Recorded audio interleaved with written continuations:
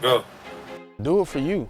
Like, get used to grinding by yourself. Get used to grinding alone sometimes, man. Like, basically against, man, that hurt me, man. Like, I ain't gonna lie, it really hurt me. Like, just felt like ain't nobody believe in me. Like, I'm like, it just kind of let me know that I have to believe in myself. Like, and anybody out there, you gotta believe in yourself. You can't let anyone put their limitations on you, family or not, mother or not, father or not.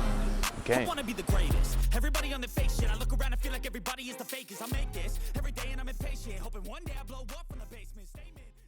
Well, my name is Harley Watkins. The city I was born in was Lima, Ohio. I was raised back and forth from Lima, Ohio and Columbus, Georgia. I've been all around the world though, but like some places that really stuck out to me the most was those two, and I stayed in a little bit in Tennessee a little bit too. So those would be probably like the most like impactful places throughout my youth that I grew up in. Well, it's a lot of things, man. In life, if you want to be successful, you're gonna have to be a lot of things.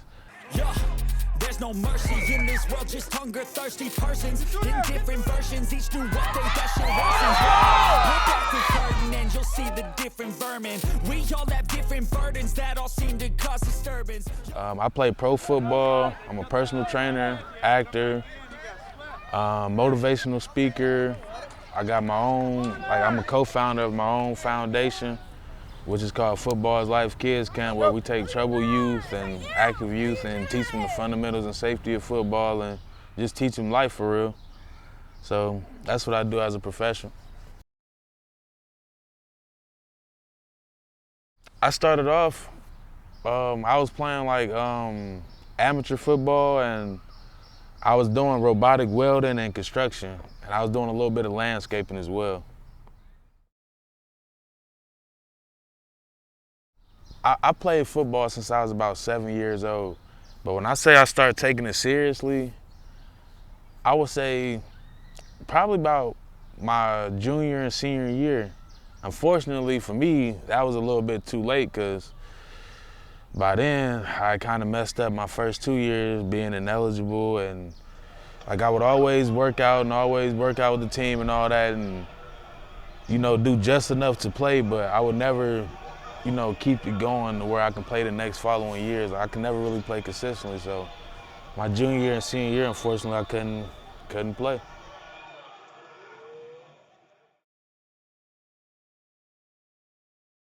Honestly, I was hit with a big chunk of humbleness. Like I graduated, realized I didn't have any college offers, and at that point I was kind of wondering like what I was going to do. So I enrolled in the local community college. At that point, I set out to have a basketball dream where I was going to try to do whatever I can. At that point, that was the last ditch effort. So I was playing basketball for my community college, and I got wind of a semi-pro team from my older brother, and I started playing semi-pro, and I'm just like, whichever one popped first.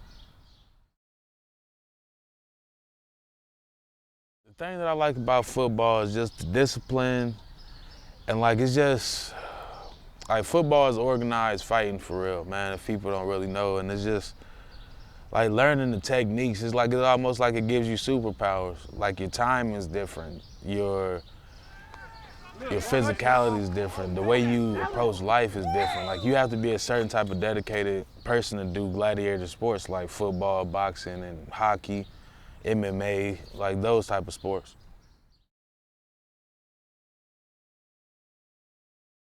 I would say it was probably around when I was about 19, 20 years old. About when I was 20 years old, honestly. Cause like I was dominating the semi-pro. Cause like I was basically about 3 years removed from football by then. My first year semi-pro, I dominated. Came out, I was like, okay, I'm pretty nice still. And then I started playing another year partially, and I started getting offers from like pro arena teams. So I'm like, you know what? I might can do something with this after all.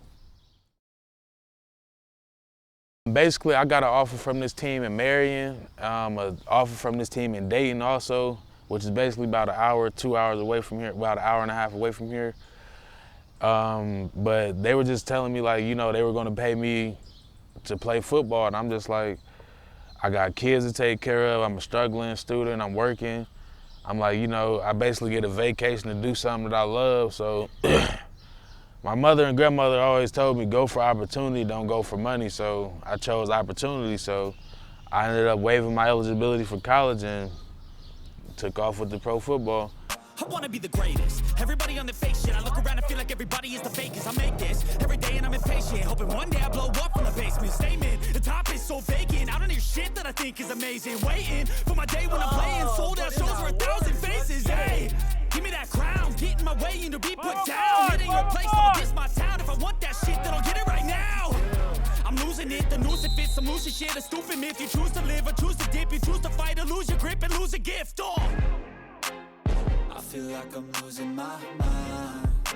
Is everybody in the world blind? Please, Lord, give me a I think they're coming back. Sign.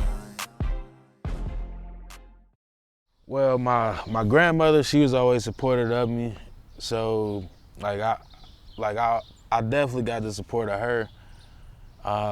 But initially, everyone in my family besides her and like my mom, they really didn't like it.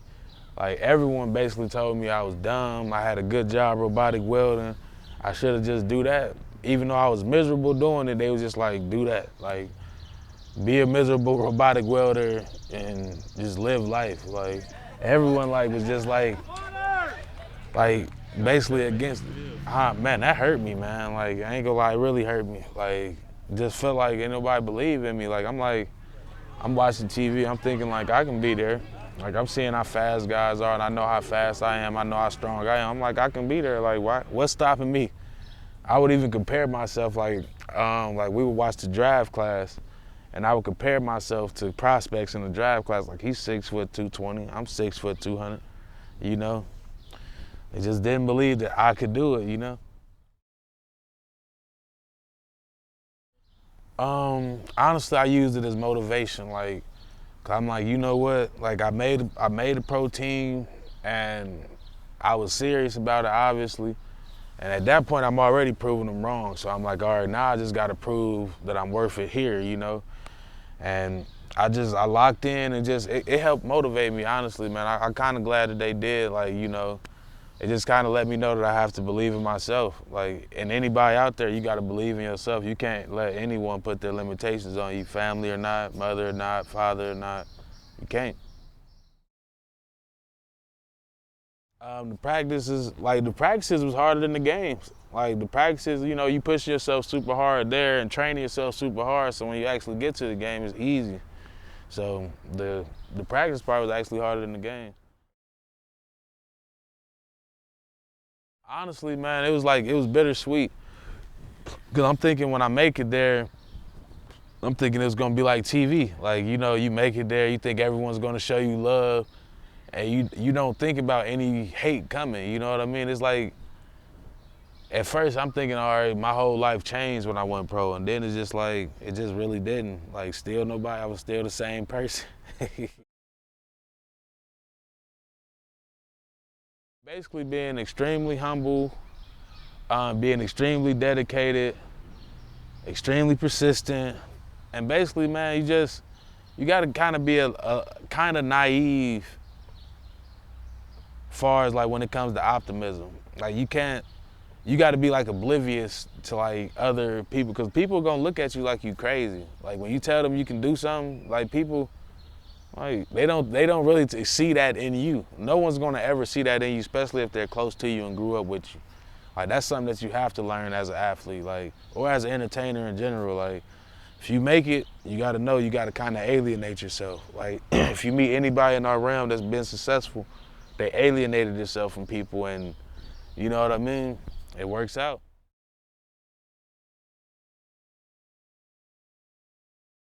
Do it for you. Like, get used to grinding by yourself. Get used to grinding alone sometimes, man. Like a lot of guys, you know, they link up together, they form little cliques and all that, but it's like, we weren't meant for that, man. Like back in the day, we'd literally sell by ourselves continents and continents and go conquer something. You know what I mean? So it's like, just get used to being by yourself, man, and not being dependent on being in a group and, you know what I mean, beta culture. I turned pro in 2014. So, man, it's a long time, man. But throughout those years, though, it's a lot of years that I played, like, 'cause I play year round. So it's a lot of those years I played 2 to 3 seasons inside those years. So even though it might have been, what, 7, 8 years, I basically played about 16 seasons in between those years.